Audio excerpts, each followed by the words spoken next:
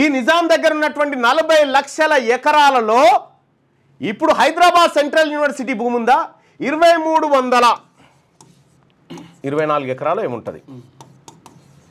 ఇది నిజాం దగ్గర ఉన్నటువంటి భూములలోంచి ఇచ్చింది.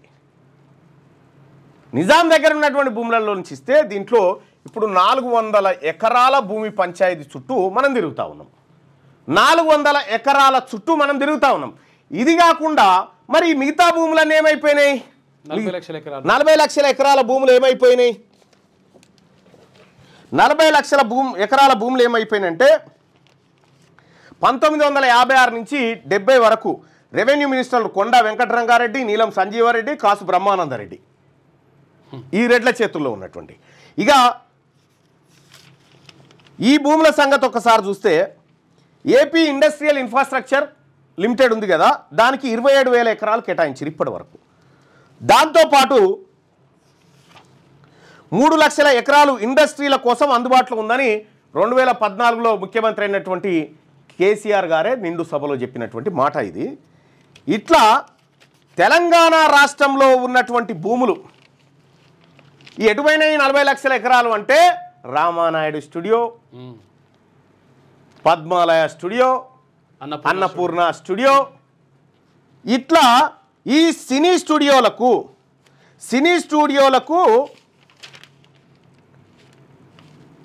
2150 ఎకరాలు సినిమా స్టూడియోలకు ఇచ్చేసారు.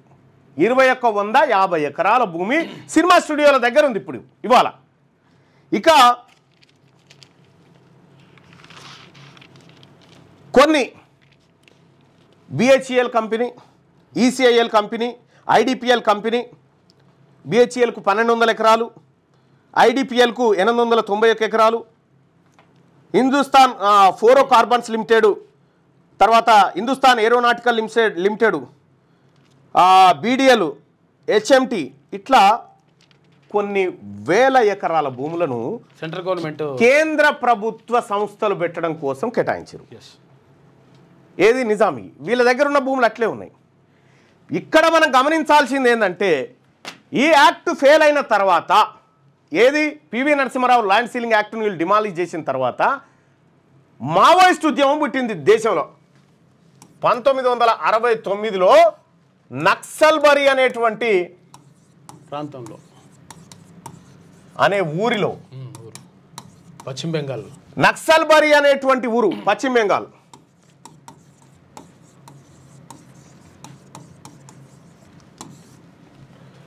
పవన్ కళ్యాణ్ గారు ఒక సినిమాలో ఉంటుంది చూసినావా, ఇది ఒక డైలాగ్, చారు మజుందార్ రాయల్ బెంగాల్ టైగర్ అని చెప్పి చెప్తా ఉంటాడు చూసినావా, ఆ డైలాగ్ మీరు అది ఎక్కడ ఉందేమో చూసుకోర్రి. ఈ నక్సల్బరీ ఉద్యమాన్ని ప్రారంభించింది చారు మజుందార్. చారు మజుందార్ అనేటువంటి వ్యక్తి ఈ ఉద్యమాన్ని ప్రారంభిస్తే ఇది రెడ్ కారిడార్ పేరు మీద ఇక్కడ ఒడిస్సా, బీహారు, ఆంధ్రప్రదేశ్, తెలంగాణ ప్రాంతం, జార్ఖండ్, మహారాష్ట్రలో కొంత ప్రాంతం ఇక్కడికి విస్తరించింది. ఈ 1970 వరకు ఏదైతే భూ సంస్కరణల యాక్ట్ వచ్చిందో వచ్చిన తర్వాత దానికి ఇంకొక కారణం కూడా ఉంది. ఈ భూ సంస్కరణ రావడానికి కూడా 1969లో తెలంగాణ ఉద్యమం జరిగి మా నీధులు మా భూమి అంటారు కదా అని చెప్పి సంస్కరణలు తీసుకొచ్చారు. ఎందుకు? ఈ రెడ్లు ఈ వెలమలు చేసినటువంటి బాధకే ఈ ప్రజల నుంచి డిమాండ్ వచ్చింది. అయితే గమ్మత్ ఏంటంటే ఈ ఉద్యమం తెలంగాణలోకి వచ్చిన తర్వాత సాయుధ రైతాంగ పోరాటం స్టార్ట్ అయింది. నక్సలైట్ ఉద్యమం వచ్చింది. సిపిఐఎంఎల్ మావోయిస్టు, ఏది ఎంఎల్ అంటే మార్కిస్ట్ అండ్ లెనినిస్టు, సిపిఐఎంఎల్ పుట్టింది. దాని తర్వాత మావోయిస్టు పార్టీగా అన్నీ అవతరించినాయి. జనశక్తి, గినశక్తి, అప్పుడు దళాలు ఉండేటి ఇక్కడ అన్ని.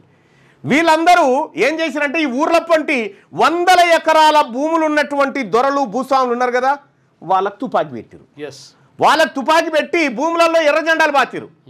ఎర్ర జెండాలు బాచితే అన్నల భయానికి వీళ్ళందరూ కూడా ఈ దొరలు, భూస్వాములు, పెత్తందారులంతా పట్టణాలలో వచ్చి పడ్డారు. పట్టణాలలో వచ్చి పడితే అన్నలు ఏం చేసిరంటే, వాడు పారిపోయినరా ఈ భూమిని దున్నుకొని బతకని చెప్పిండు. దున్నుకొని బతకని చెప్తే వాళ్ళు ప్రజలు గంతులేసి నిజంగా మాకు అన్నలు భూమి ఇప్పించారని దున్నుకొని కొన్ని దశాబ్దాల పాటు దున్నుకొని బతికిరు.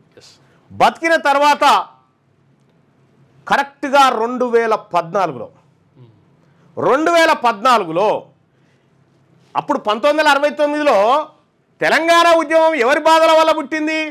ఈ రెడ్లు వెలమల బాధల వల్లనే తెలంగాణ ఉద్యమం పుట్టింది. ఆ తర్వాత కమ్మవారు ఎంటర్ అయ్యారు. ఎప్పుడు? 1983లో కమ్మవారు ఎంటర్ అయ్యి వీళ్ళు మరో భూస్వామ్య వ్యవస్థగా మారిపోయారు. అంటే అధికారం వచ్చినటువంటి పరిస్థితిలో వీళ్ళు కూడా ఎంటర్ అయిపోయారు. ఇక్కడ కమ్మ, వెలమ, రెడ్లు, తర్వాత కొంతమంది ముస్లింలు, కొంతమంది బ్రాహ్మణులు, వీళ్ళందరి వ్యవస్థ చుట్టూ ఎట్లా తిరిగిందో చూడండి. ఇక్కడ 1983లో వాళ్ళు వచ్చారు. ఆ తర్వాత నక్సలైట్ ఉద్యమం తీవ్రమైంది. తీవ్రమైన తర్వాత మనము ఇక్కడ నక్సలైట్లు అందరు నిలగొట్టిన తర్వాత భూములు దున్నుకొని బతున్నాం కదా. అయితే ఈ నక్సలైట్లు చేసిన పొరపాటు, మావోయిస్టులు చేసిన పొరపాటు ఏంటంటే వానికి తుపాకీ పెట్టి దొరని ఆడికే నిలగొట్టిరు. ఎల్లగొడితే ఈ దొర ఏం చేసిండు? అరే ఎట్లాగో నువ్వే దున్నుకొని బతున్నావు కదరా, కాగితం కట్టరు రాసుకుందాం రా అని చెప్పిండు. కాగితం కట్టరు రాసుకుందాం రా అనగానే తెల్ల కాగితం మీద ఈ భూమి నువ్వు దున్నుకో అనగానే వాడు కష్టం చేసి కాళ్ళ కడాలు ఏమున్నాయి ఇంట్లో చెంబు తపాలి అమ్మి దొరకు కట్టిన పైసలు. ఆ దొర పైసలు తీసుకొచ్చి హైదరాబాద్లో ఈ జాగీర్దారులు హైదరాబాద్లో రియల్ ఎస్టేట్ దందాలు చేసి వేరే వేరే మార్గాల వైపు డబ్బును తరలించారు. 100 కోట్లు సంపాదించారు. భూమి ఆనే ఉందిగా. మరి ఆ రికార్డులలో ఏముంది? కొండా వెంకట రంగారెడ్డి గారు సృష్టించినటువంటి అనుభవదారుడి కాలం. వాళ్ళు ప్రజలను పట్టాదారులను చేయలే, అనుభవదారుడని చేసిరు. అనుభవించేటోళ్ళని అనుభవదారుడని చేసిరు. ఆ తర్వాత ఇక్కడ అనుభవదారుడు కాలంలో ఇక్కడ వ్యవసాయం చేసుకొని బతుకుతున్నాడు ఉన్నాడు. పట్టదారుడు ఎవడు? మళ్ళా ఈ పట్టణంలో ఉన్న దొరనే. పట్టదారుడు కాలంలో దొర పేరు ఉంటుంది, దున్నుకొని బతికే కాడ ఆయన పేరు ఉంటుంది.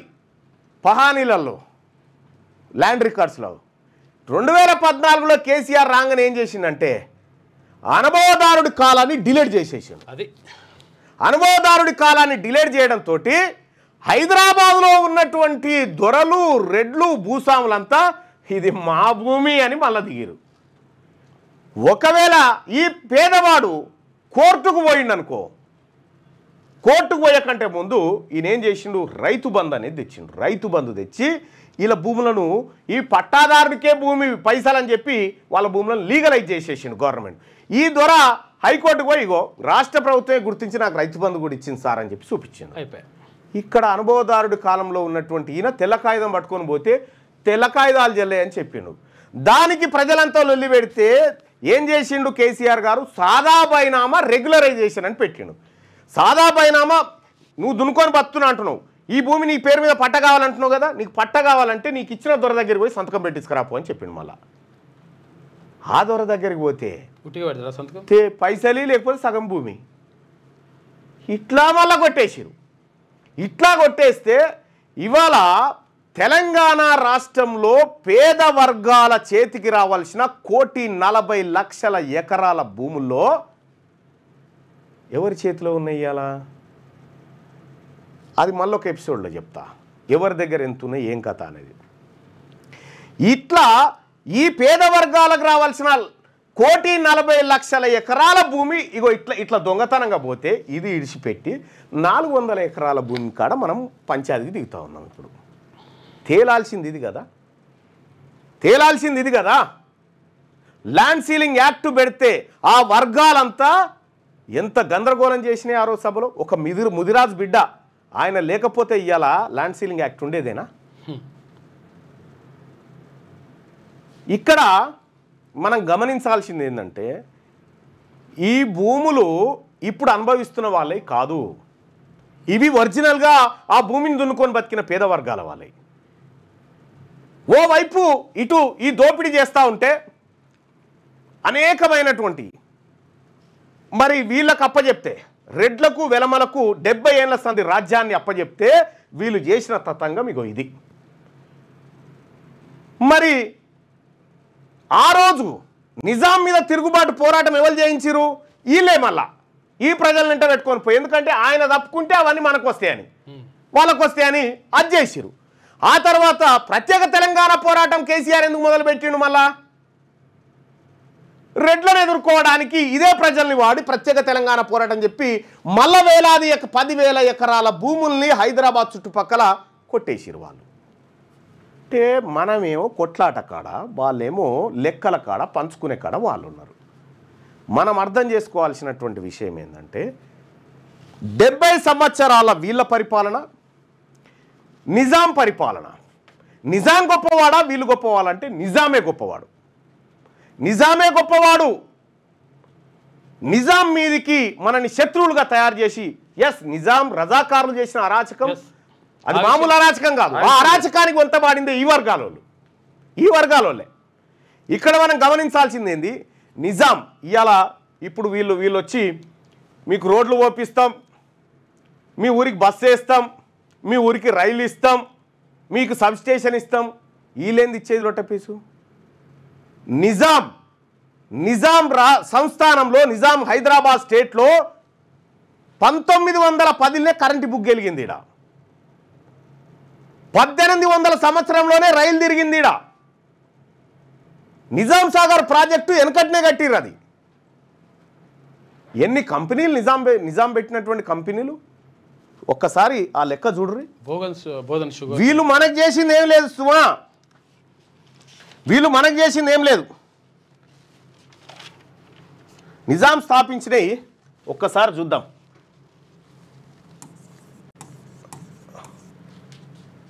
నిజాం నిజాం స్టేట్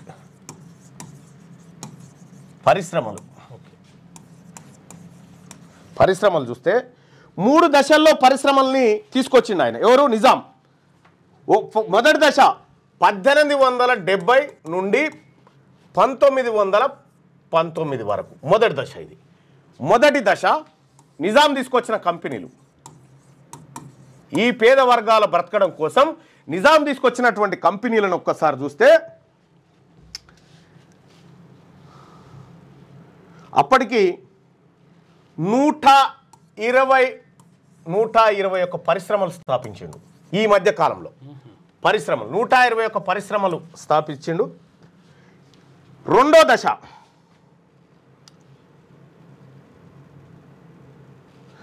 ఆ పరిశ్రమలలో 121 పరిశ్రమల్లో నిజాం షుగర్స్ అనేటువంటి పరిశ్రమ ఆసియా ఖండంలోనే అతిపెద్ద చక్కెర ఫ్యాక్టరీ స్థాపించిన రోజుల్లో ఆసియా ఖండంలోనే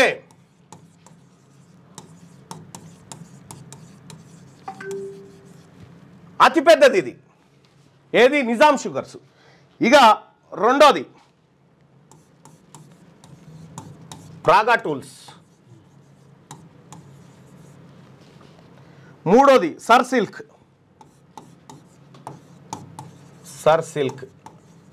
అంటే దాని ఏది? సిర్పూర్లో ఉన్న paper mill. Sirpur paper mill.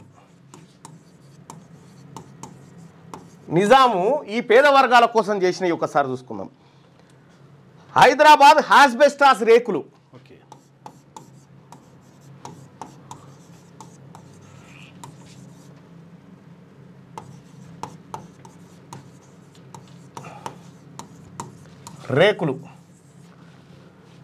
తర్వాత విఎస్టి, విఎస్టి అంటే వజీర్ సుల్తాన్ టొబాకో కంపెనీ. పారిశ్రామిక వాడాది. అది ఇప్పుడు ఆజామాబాద్ ఇండస్ట్రియల్ ఏరియా అంటారు దాన్ని. విఎస్టి వజీర్ సుల్తాన్ టొబాకో కంపెనీ, సిగరెట్ కంపెనీ. అది జిందా తిలిస్మాత్,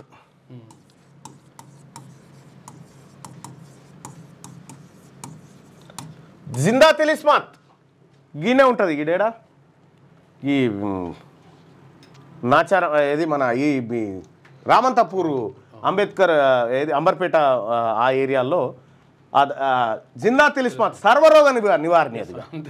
అది వేసుకుంటే సర్ది, దగ్గు, నొప్పి అన్ని పోతాయి. అగో అటువంటి జిందా తిలిస్మాత్ పరిశ్రమ ఆ కాలంలోనే వచ్చింది. ఆజంజాహి మిల్స్, ఇది బట్టల మిల్లు వరంగల్లో ఉంటుంది. 10,000 మంది కార్మికులు. ఇలా 10,000 మంది కార్మికులు. హైదరాబాద్ స్టేట్ బ్యాంక్, ఇక వీళ్ళు బ్యాంకులు తెస్తారు. హైదరాబాద్ స్టేట్ బ్యాంకు ఈ సంస్థానానికి, ఈ దేశానికి, అప్పుడు సపరేట్ దేశం కదా మనది. హైదరాబాద్ స్టేట్ బ్యాంక్ 1941లోనే మన కాడ బ్యాంక్ పెట్టిండు. ఎవరు? నిజాం. Hyderabad state bank. అయితే 1869లోనే ఒక బ్రాంచ్ ఉంది, బెంగాల్ బ్రాంచ్. ఇది ఆ బ్యాంకు ఫస్ట్ బ్యాంకు. తర్వాత 1918లో టాటా ఇండస్ట్రియల్ ఫైనాన్స్ బ్యాంక్ పెట్టిండు. ఆ తర్వాత డిబిఆర్ మిల్స్,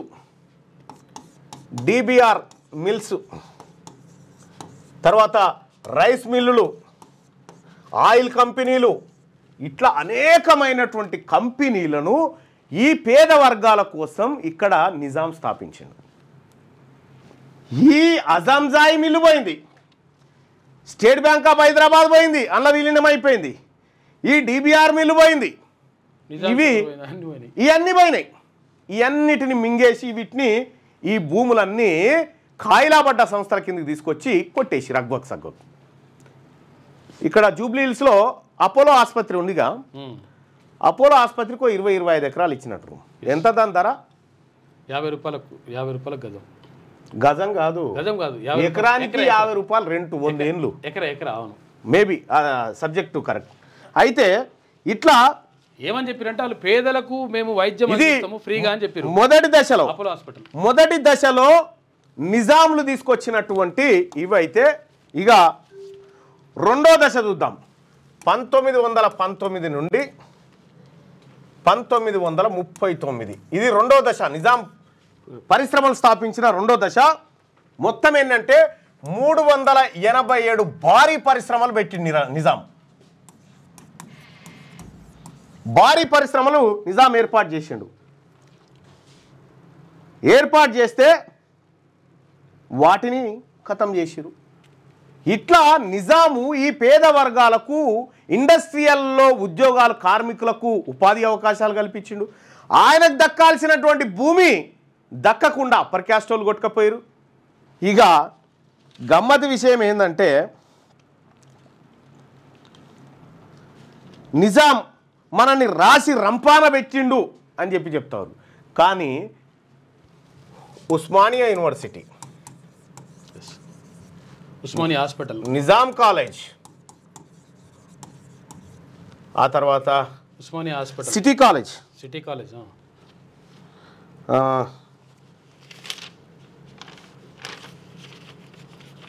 అదే కదా సిటీ కాలేజ్, ఉస్మానియా హాస్పిటల్, ఆ తర్వాత ఇట్లా అనేకమైనటువంటి విద్యా సంస్థల్ని పెట్టి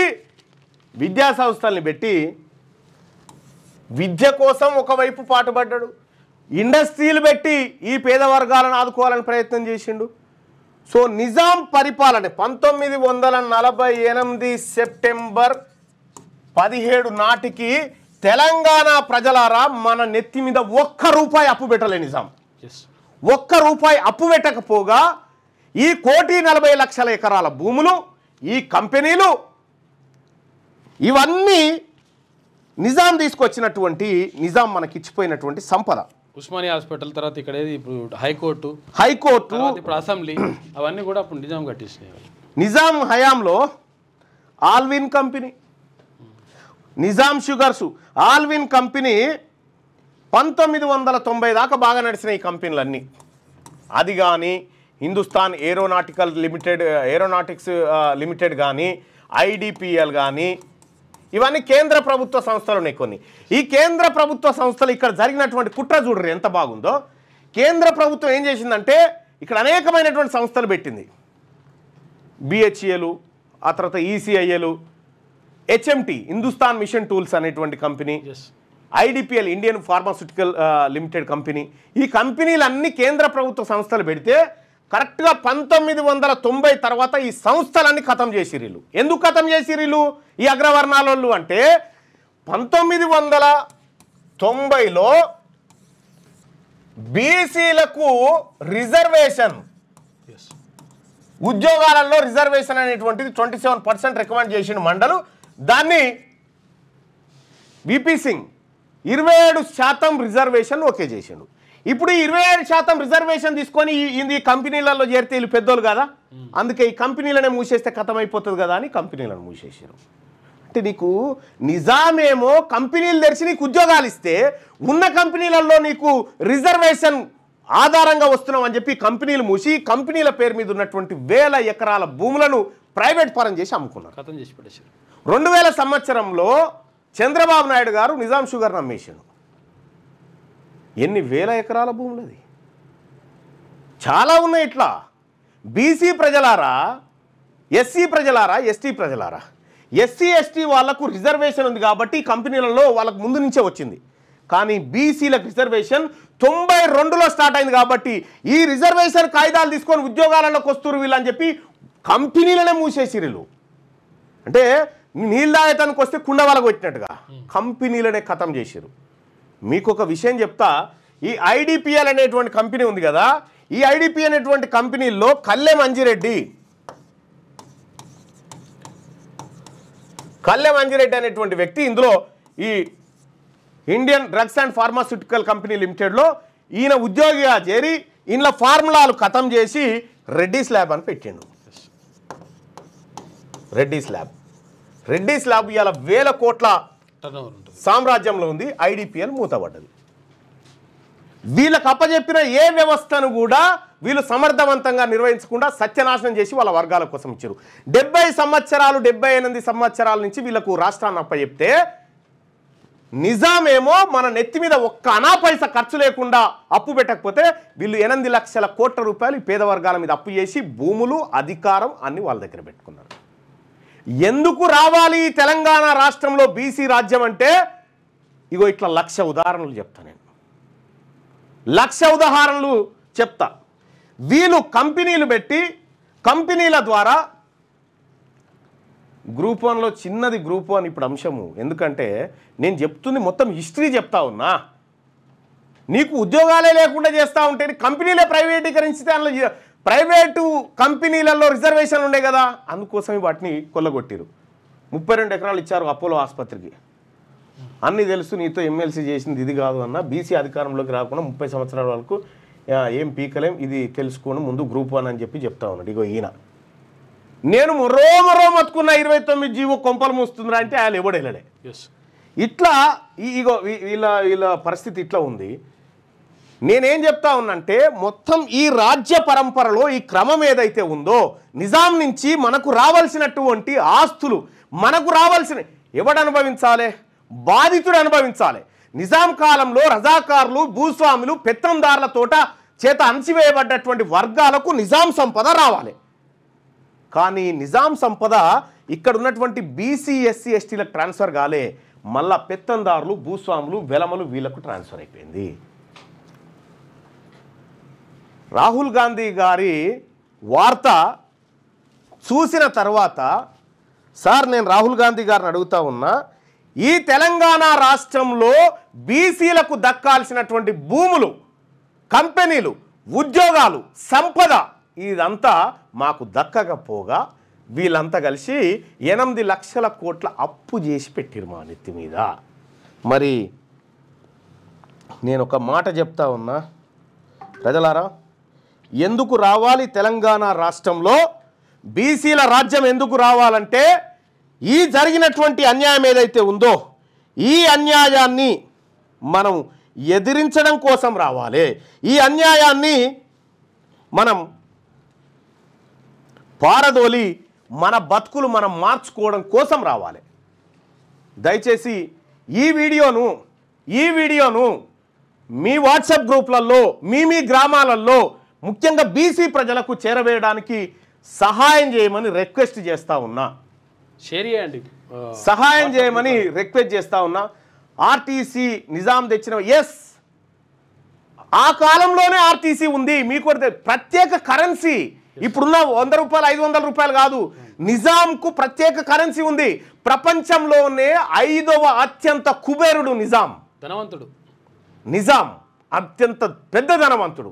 అటువంటి వ్యవస్థ నుంచి మొత్తం సారాన్నంతా వీళ్ళు దొంగతనం చేసి పేదవాడికి భూములు పంచాలని పివి నరసింహారావు ఏది ల్యాండ్ సీలింగ్ యాక్ట్ తీసుకొస్తే ఈ బిల్లుకు నేను ఇంట్రడ్యూసే చేయనియా అని చెప్పి పిడతల రంగారెడ్డి స్పీకర్ చైర్ నుంచి దిగిపోతే బీసీ బిడ్డ స్పీకర్ చైర్ మీద కూర్చొని ఆ యాక్ట్ తెస్తే ఆ యాక్ట్ను కూడా ఖతం చేశారు వీళ్ళు. కుక్క పేరు మీద నక్క పేరు మీద తీసుకొచ్చారు.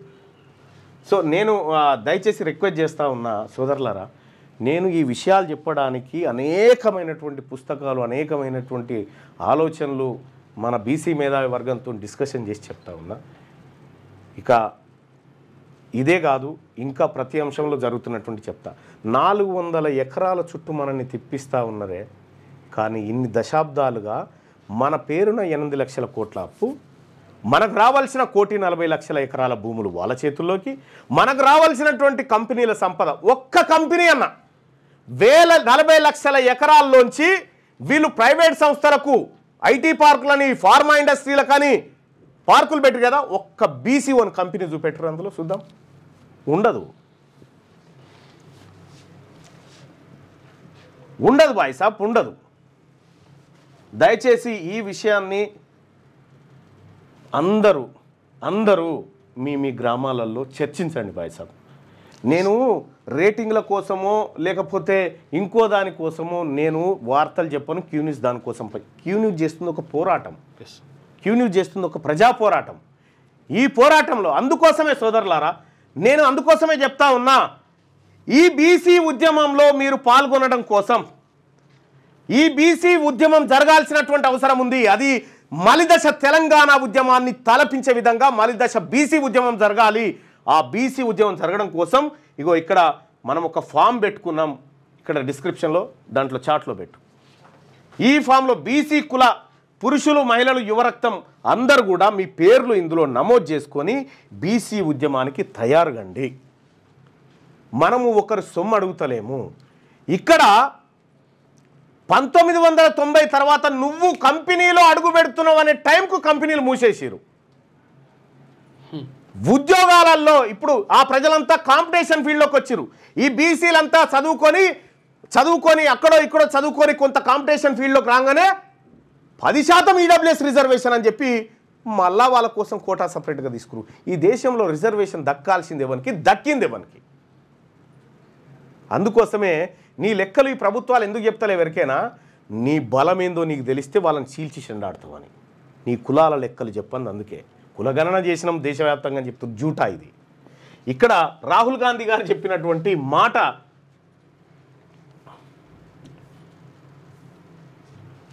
ఇగో పెద్ద పెద్ద కార్పొరేట్లకు మేలుతో యువతకు ఉద్యోగాలు వస్తాయా?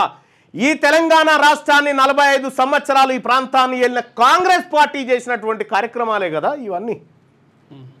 తెలుగుదేశం చేసినాయే కదా, బీఆర్ఎస్ చేసినాయే కదా ఇవన్నీ. ఏ బీసీ ఇవాళ మాకు సన్నబియ్యం ఇచ్చి ఎంత గొప్ప పని చేస్తున్నాం ఏమని చెప్తా ఉంటే, సన్నబియ్యమా? చాలామంది నాయకులు పోయి దళితుల ఇంట్లో కూర్చొని దళితుని ఇంట్లో భోజనం చేసిన రెడ్డి గారు. నేను చెప్తా ఉన్నా, ఈ నాయకులకు చెప్తా ఉన్నా, మీరు వాళ్ళ ఇంట్లో పోయి కూర్చొని తినడు కాదు, ఈ దళిత బిడ్డలను, ఈ గిరిజన బిడ్డలను, ఈ పేద వర్గాల ఎంబీసీ బీసీ బిడ్డలను మీ డైనింగ్ టేబుల్ మీద కూర్చొని తినబెట్టరు. మీ డైనింగ్ టేబుల్ మీద కూర్చొని తినబెట్టి వాళ్ళకు వడ్డించి దళితుడు మా ఇంట్లో బువ్వ తిన్నాడు అని చెప్పు. అది లెక్క. సన్నబియ్యమా? ఈ సంవత్సరాల తరబడి దోచుకపోయినటువంటి సంపద మాకు సన్నబియ్యంతో చూద్దాం. రాసి పెట్టుకోండి, ఖచ్చితంగా ఈ తెలంగాణ రాష్ట్రంలో బీసీలం మేల్కొన్నాం, బీసీలం ఒక్కటైనాం. ఇలా బీసీలం ఆలోచన చేస్తూ ఉన్నాం. మీ పతనం తప్పదు. రైట్, దీనికే దాదాపు గంట పోయింది బాయ్ సాబ్. దయచేసి